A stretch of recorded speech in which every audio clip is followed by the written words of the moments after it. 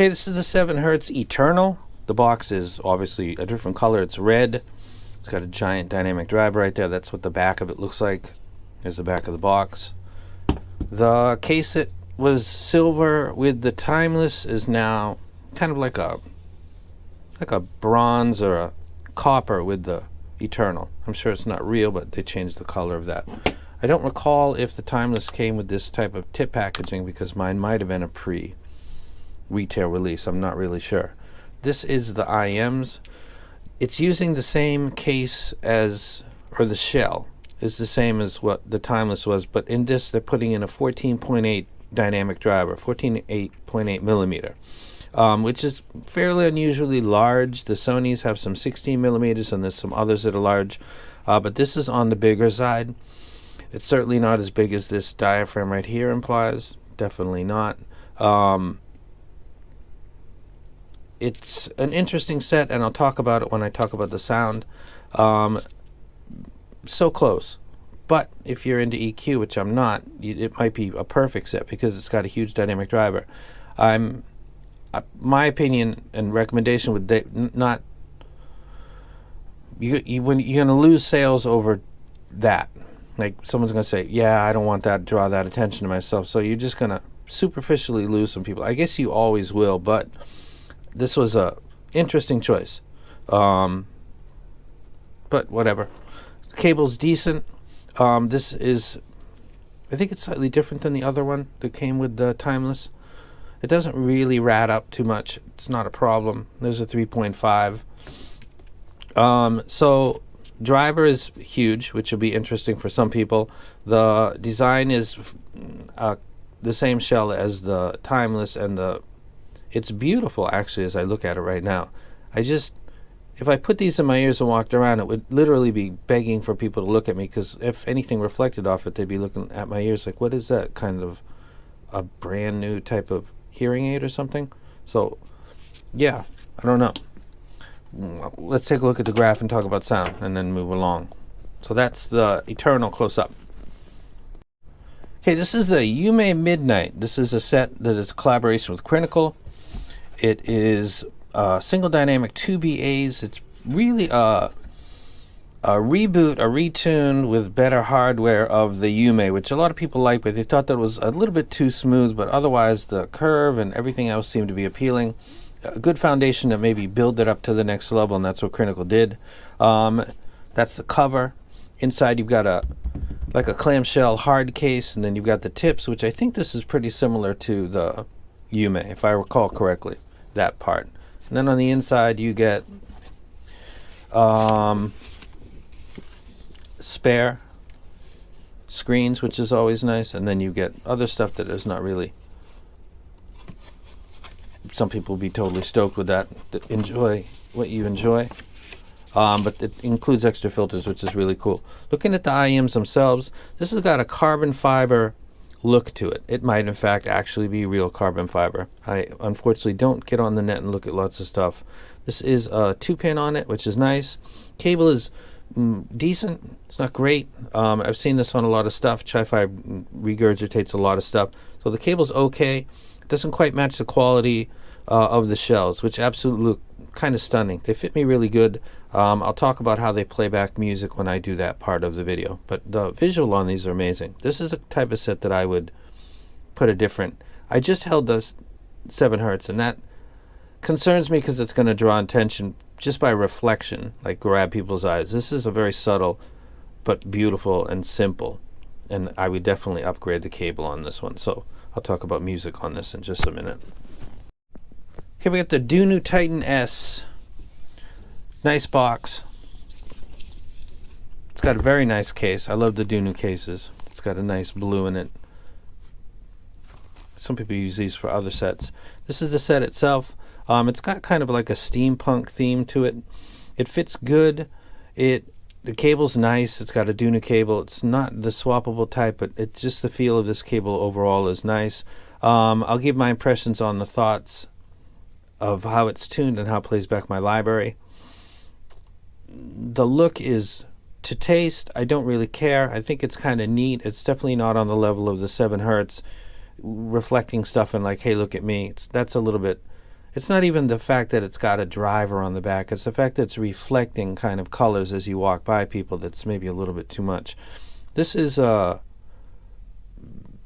nobody's going to notice it when it's in your ear, and if they're standing close enough to be noticing it, maybe they should be standing a little bit back. I don't like people that close to me. So design is fine. Packaging is fine. Dunu's kind of famous for giving you the stuff that you need. The cable's good. I'll talk about the sound on this when I do that part of the review. Okay, this is the Audio Hekili. And let's take a look at the packaging. And we're done. That's it. It's very basic. It's a DIYer, a person that does it by himself. He's not incorporated, has a company, and he's connected through Linsol, and then Linsol backs it up with their warranty and then sells it to the end user, the final person that buys it. So it's very minimalistic when you buy it. The original was called the Lokahi, which was all BAs. I'm a big fan of this set. I like it a lot. I think it's excellent. It's got an elevated baseline to compensate for the fact that it contains BAs and not DD, and I think it does it great. It's got extension that goes all the way off. Very nice set. Looks a lot like this set, except the shell on this has more silver on it, and they put just black swirls or something on this one. So this one is essentially the same, except this has a dynamic driver and 6 BAs, I think. Maybe it's 7. I'll double check and maybe put a little edit right about here. So it's a hybrid as opposed to an all BA set. It contains the same cable, which I actually think is quite nice. Feels nice in the hand. I like it. The tuning of this, like that, though it has a dynamic driver, is elevated. It's got a lot of power and punch, but it's got the same extension as that set right there. So the Lokahi and Hekili are very good when it comes to extension. There's not a lot of metallic BA timber.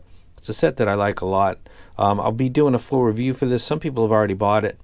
If you bought it, go ahead and leave your thoughts below, and you can contribute to people who might be interested in buying this set, because there's just not a lot out there about it. It comes with a simple case, but it's tuned very well.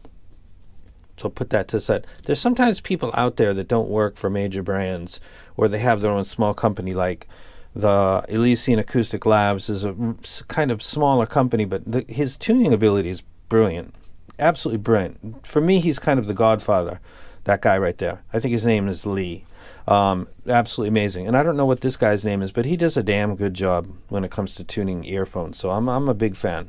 And that is the Hekili.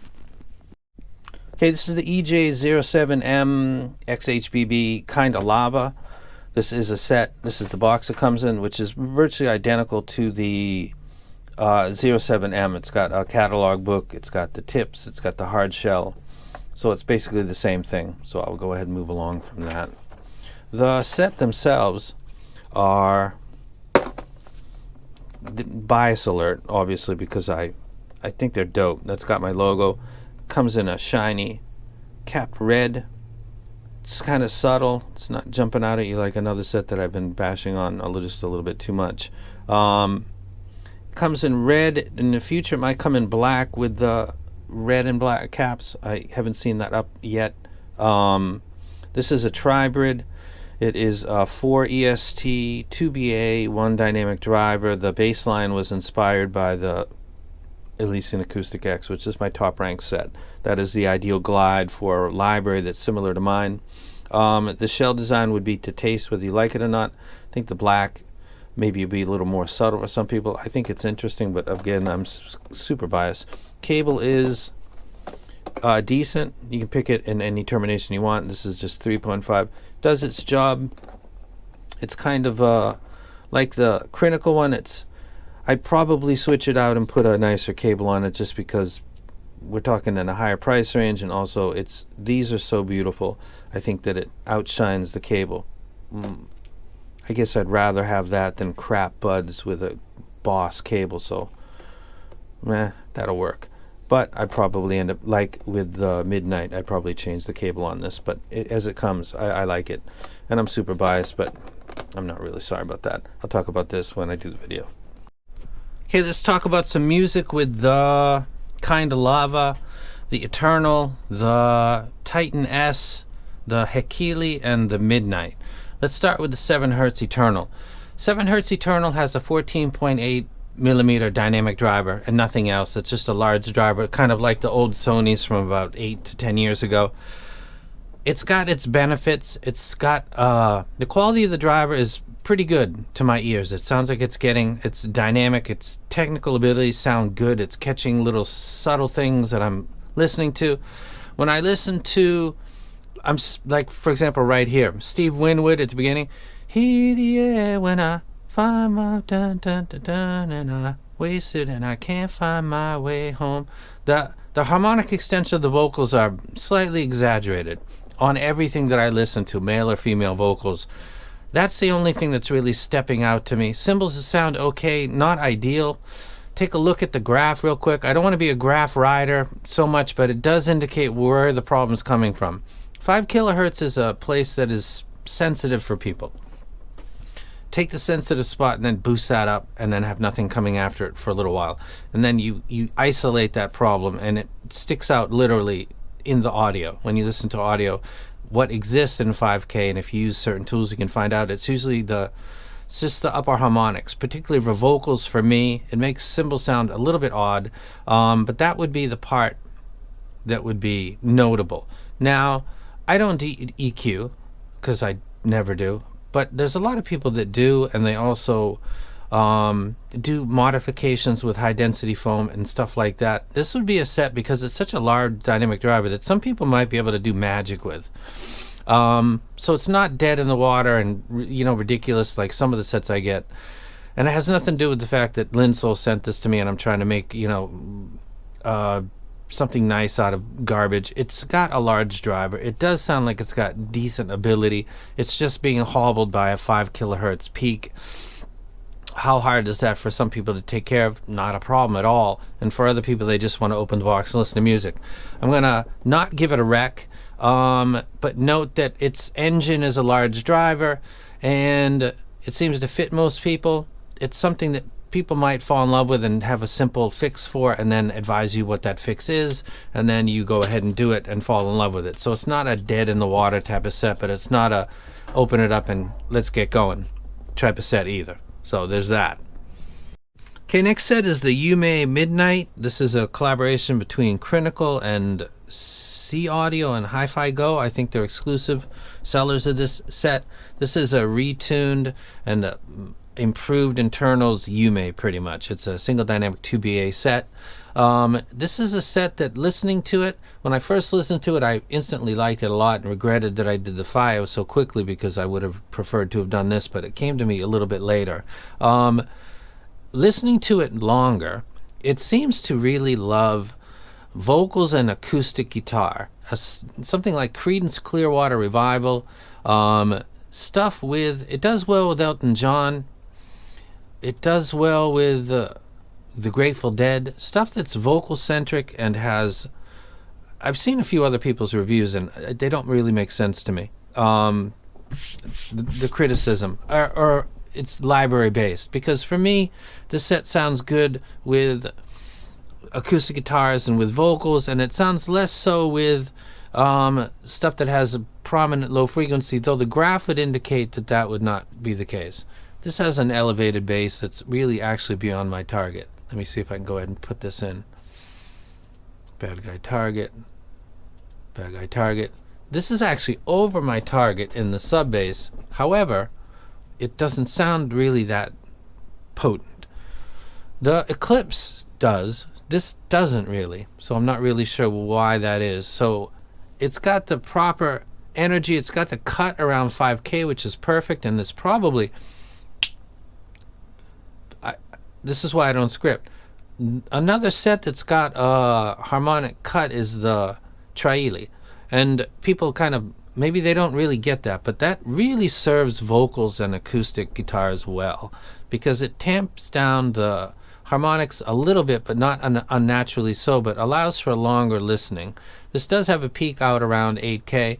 That never really stuck out to me in listening. It didn't give me any problems. I'm not really super sensitive to that region anyway, but that didn't step out to me. What stepped out is that this sounded good when I listened to it. It sounded better when I listened to it with a particular library. and that was stuff that had acoustic guitars like Jim Croce, like Neil Young, Gordon Lightfoot, acoustics and vocals, usually male with my library, I thought sounded really good and shined on this. The bass never got in the way. When I listened to Big Boy Killjill, I didn't think that this had the slam that you might imagine by the tuning in the graph. So if you think that the tuning might get in the way, you know, that's too much bass for me, it doesn't even sound like that actually.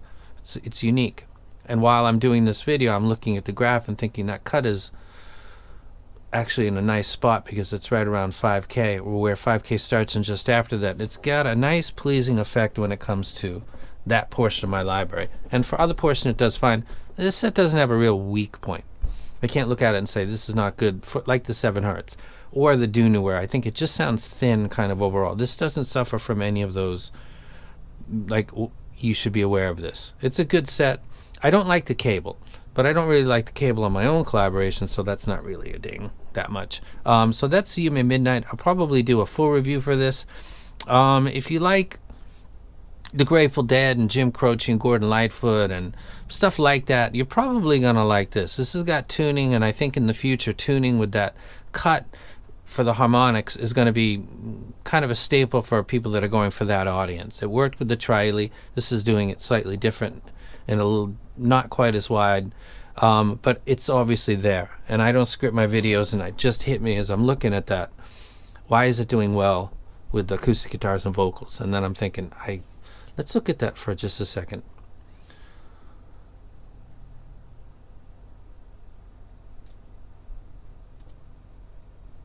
Okay, this is more exaggerated, but that, see that? That's like a amplified version of that. That cut is, you still got energy going past, so you've got completion of the harmonics. They don't sound like they're rolling off and dying, but this suppression right here is really critical when it comes to listening to that type of library. Not just listening to it, but enjoying it in an exceptional kind of a way. And the Midnight has that edge to it. I've never seen these two next to each other. Do they sound of the same quality? They don't, but when there's certain tendencies that align, and then you look at a graph and you see, maybe that's why that's doing that. So let me go ahead and drop that out. So it's a good set. I'm pretty sure I'll give it a full review, or I'm going to put it in a top 5 in its price range, because it's a good set. And again, this would be a set that I would probably change the cable on. So that is the Yume Midnight. Good set, shines on certain parts of my library. Okay, this is the Let's Shure EJ07M Kinda Lava Edition. I did a video for this, but I didn't list it because there were 30 units that were available at a discount. And they sold out in one night, pretty much. I went to sleep and there were 3 of them sold. I woke up the next day and I think they pretty much were all gone. So the first batch of these are out. I'm going to do a full video with this, and I'm going to ask for the input of the cash buyers. I think that they're good or bad. I want to know the good points and the bad points. I love it myself, obviously super biased using my library, but the people that bought it, I want to know what they think. And I'll be asking for them, or I'll be, screening some of their comments with their permission and putting it into the video when I talk about it in full. It was inspired, it's a tribrid with 4 ESTs, which is what I like when done right. It's got I think 2 BAs, and then it's got a dynamic driver. So it's a tribrid, and its bass line is inspired by the Elysian X, because that was the conversations with the company that I was going for. I'm totally pleased with how it came out.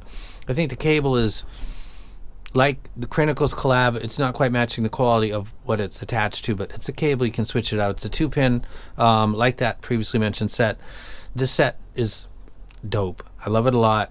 I'm super biased. That's a given when someone says, you want to help do this, you want to have input with this. So yeah, it's literally kind of a result of what I wanted.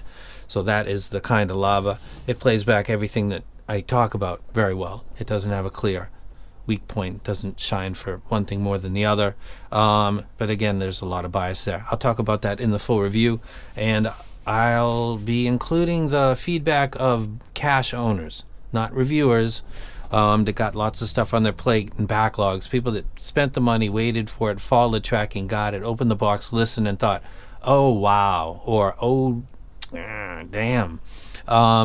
I'll put them all under the video so you can get a combination of my opinion and people that have already got it, which will be kind of unique with the hobby, and I prefer it myself. So that'll be coming up with the kind of lava. Okay, the next set is the Dunu Titan S. This is a single dynamic driver set as well. It's got the steampunk looks. It's not hobbled by the weird holographic like the 7 Hz is. It's fine. It fits in the ear well. Listening to a library like mine with bass guitar, drums, male, female vocals, pianos, keyboards, cymbal strikes, glockenspiels, all kinds of instruments that are in rock and roll or hip hop libraries. I like the sound of the Dunu Titan S. It graphs fine. I was taken a little bit back by the fact that when I listened to it, and it might be down to the fact that I think that screen on the back is actually a slight breather hole, and it is kind of semi-open back in the sense, and I'm not sure if that's what it is, because if I look at the graph, it looks pretty nice. I'll put it my own target. It's not doing anything wrong. There's nothing stepping out. It's got a little bit, the bass is polite, but that's really not a problem in itself.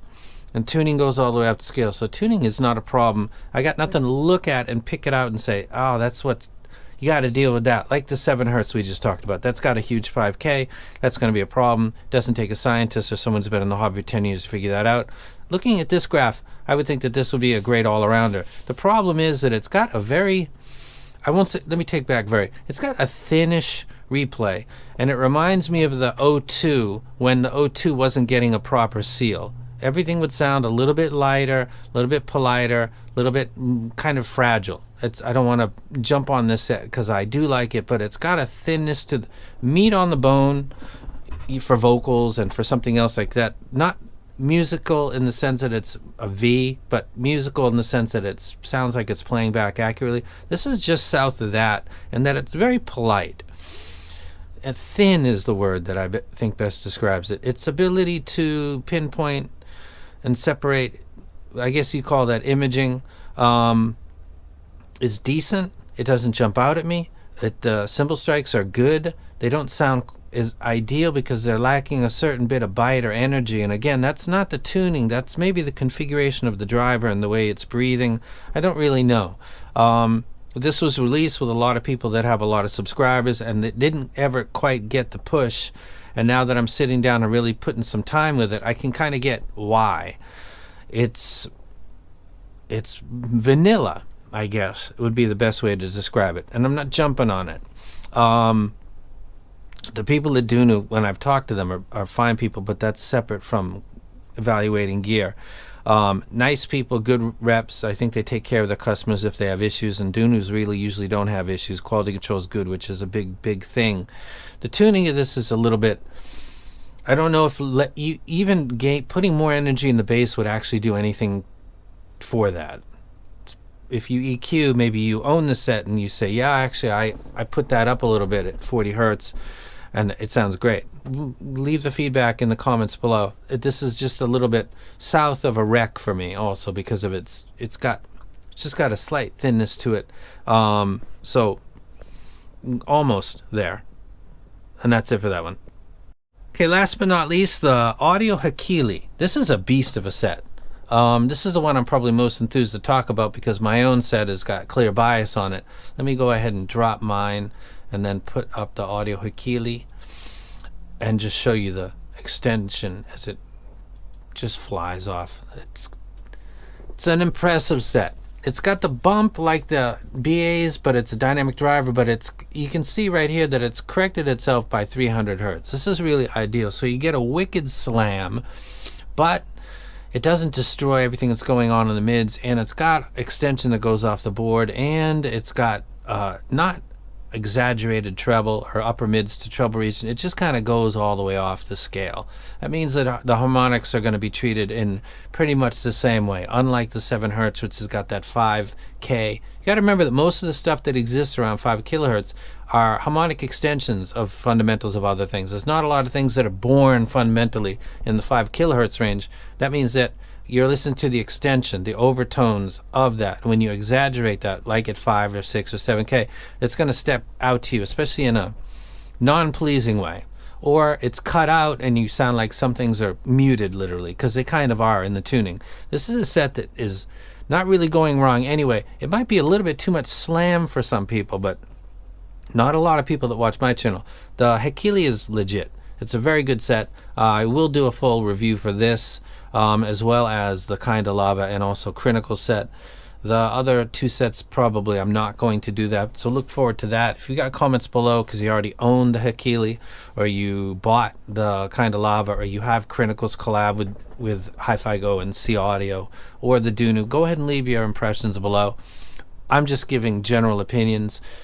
People that bought it are what makes things last and live and go on for longer cycles, because people at the end of the day can relate more to people like them, and that's their buyers taking their credit card number or something like that and buying something and then getting it and feeling like, yeah, or no. That sticks with people. There's some that are obviously trolls because they're just leaving 1 star and trashing something. It's no benefit to anybody. Then there's people leave 5 stars and say everything's awesome, there's not a thing wrong. People don't believe that. And then there's the other people that fall in the middle, and they're usually clearly well spoken, articulate, well written people who take the time to explain that I really like this, I wish this were better. And then people think like, that makes sense to me, and then they find that. So leave your comments below, help the community, put your 2 cents in, and I'm out.